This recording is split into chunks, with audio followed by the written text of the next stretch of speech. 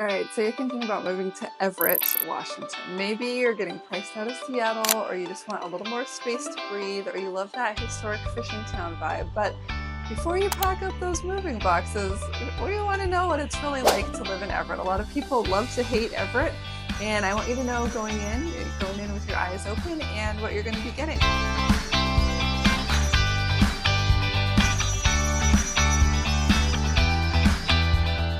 So hello, I'm Realtor Emily Cressey with HomeProAssociates.com here at Keller Williams Greater Seattle. And today I'm going to break down the real life pros and cons of living in Everett so you can make a smart move, whether or not you choose Everett or you decide to go in a different direction. So stick around because I will be sharing the good, the bad, and the ugly little things that you don't hear until you're already living there. Pro number one, it is more affordable than Seattle. Let's start with the biggest perk, which is affordability. Average home prices in Everett are hovering right now around $725,000, and depending on which neighborhood you're looking at, obviously, and compare that to Seattle's median home price of $850,000 or more, and you can see why people are making the trek, adding 30 to 40 minutes to their commute north to get into a home that they can afford. This is where you can buy a single family home for the price of a townhouse in Seattle. So if you're looking to get a little bit more square footage or maybe a yard for the dog or the kids or something with a home office option, Everett is very appealing. Pro number two is that they do have a strong sense of community and a small town feel. They have a very cute downtown that a lot of small businesses take part in, and it's all there on the beautiful Puget Sound. So it has a lot of the things that we look for in the postcards when we move to the Pacific Northwest. Tall evergreens, mountain views, water, and there's a naval station there. Unfortunately, the beaches are a little bit like they have industrial buildings on a lot of the coastline there, but there's this really cool jetty island. You can go out. There's a little like ferry. It takes 1 minute. It's just like 100 yards away, but it's an island.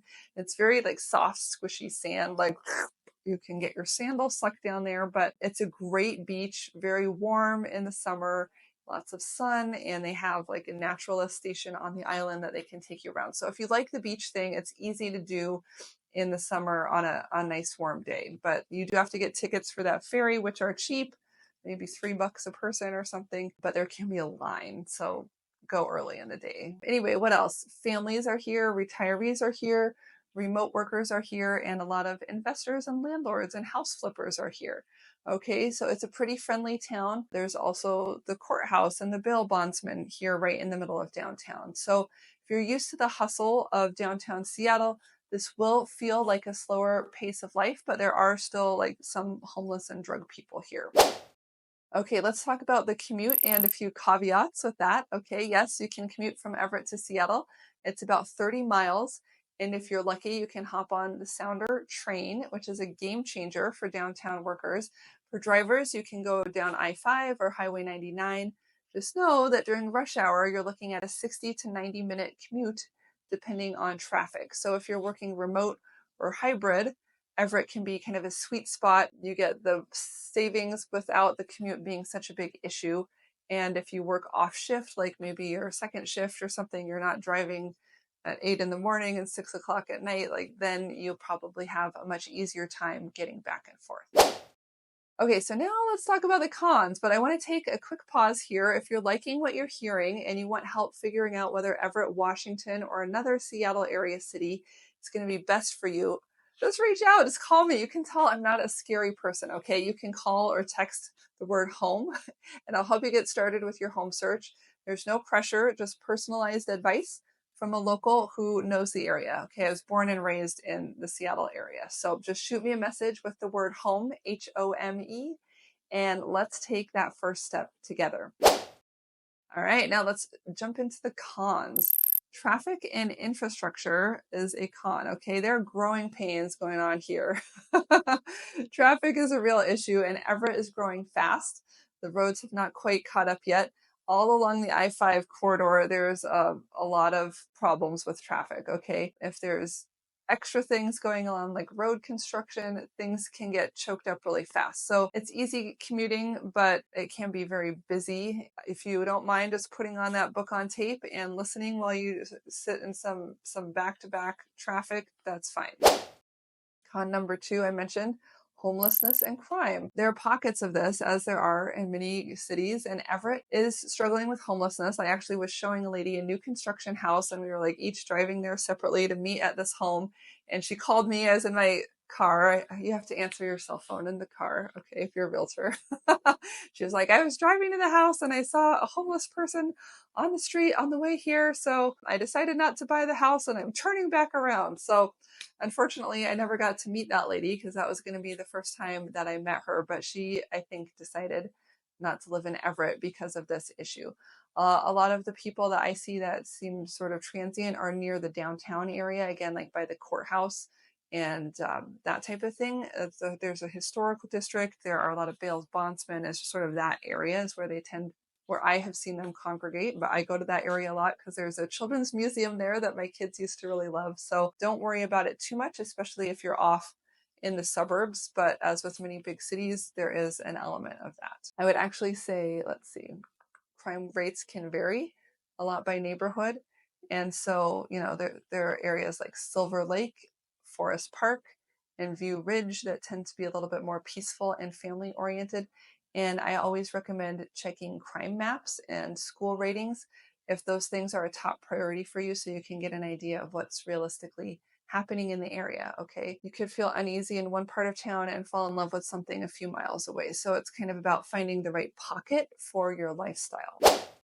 All right, let's talk about outdoor access and recreation. One of my personal favorites in Everett is all of the nature that's there. You have waterfront on Port Gardner Bay, forested parks like Forest Park and Haworth Park, and access to the Cascades. If you want to go hiking or snowboarding or just take in that fresh mountain air, you can drive right out there to the mountains. It's perfect for active families, retirees who want scenic walks, and even remote workers who just want to kayak after logging off of Zoom. So nothing beats Jetty Island in the summer. Okay, I'm going to be real. There's soft sand, there's no cars, and it's a huge kite surfing area as well, which I didn't realize until I went out there. But if you like the idea of adventure sports that have to do with kites, it's another great location for that. So yes, lots of good outdoor places here. Con, perhaps, the weather. Okay, it's still the Pacific Northwest. So if you're new to Seattle, just know that you're going to need a good rain jacket. You don't need giant boots and you don't need an umbrella. You just need to have a hood that you can put on when you're getting out of your car, going into the office, into the grocery store, that type of thing. We get kind of that classic gray, light drizzle, clouds, and cool temps from pretty much October to April. So it's not the end of the world. You're not going to get like downpours like you do in the Southeast. But a lot of people do say that they get SAD, which is seasonal affective disorder. It's an acronym.